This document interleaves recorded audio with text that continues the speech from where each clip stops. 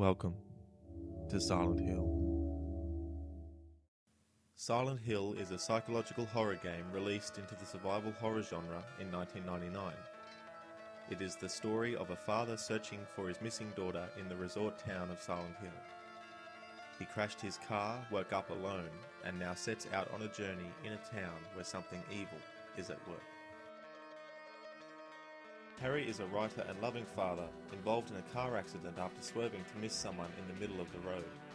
He awakes later to find himself alone and his daughter missing, and leaves the car to begin his search for Cheryl. Sybil finds Harry lying on a seat in a cafe. After they introduce each other, she gives him a gun to defend himself. Sybil then leaves Harry in order to find help.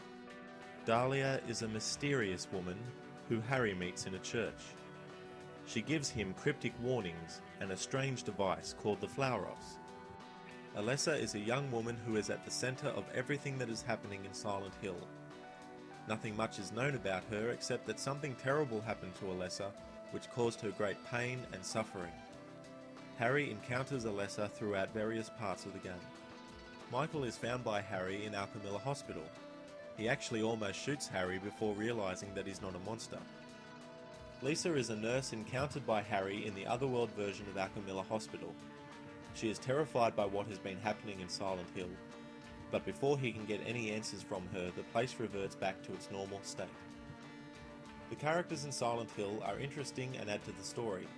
Each has their part to play and do not seem out of place or need to be excluded.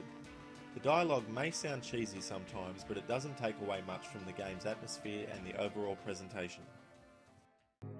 This may sound really off the wall, but listen to me. You've got to believe me.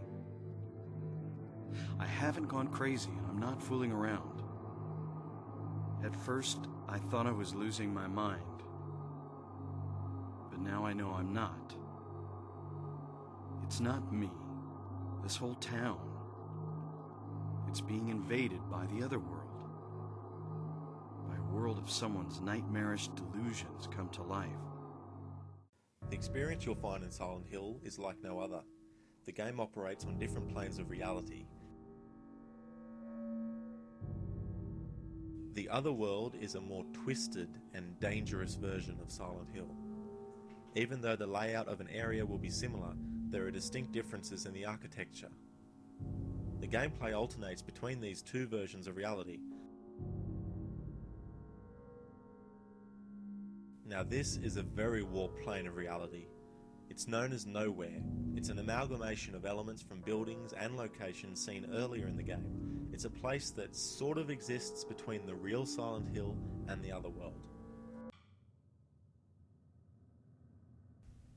The haunting but at times beautiful compositions by Akira Yamaoka for Silent Hill and the other games in the series ensure that this game and the others that have followed are scary and effective.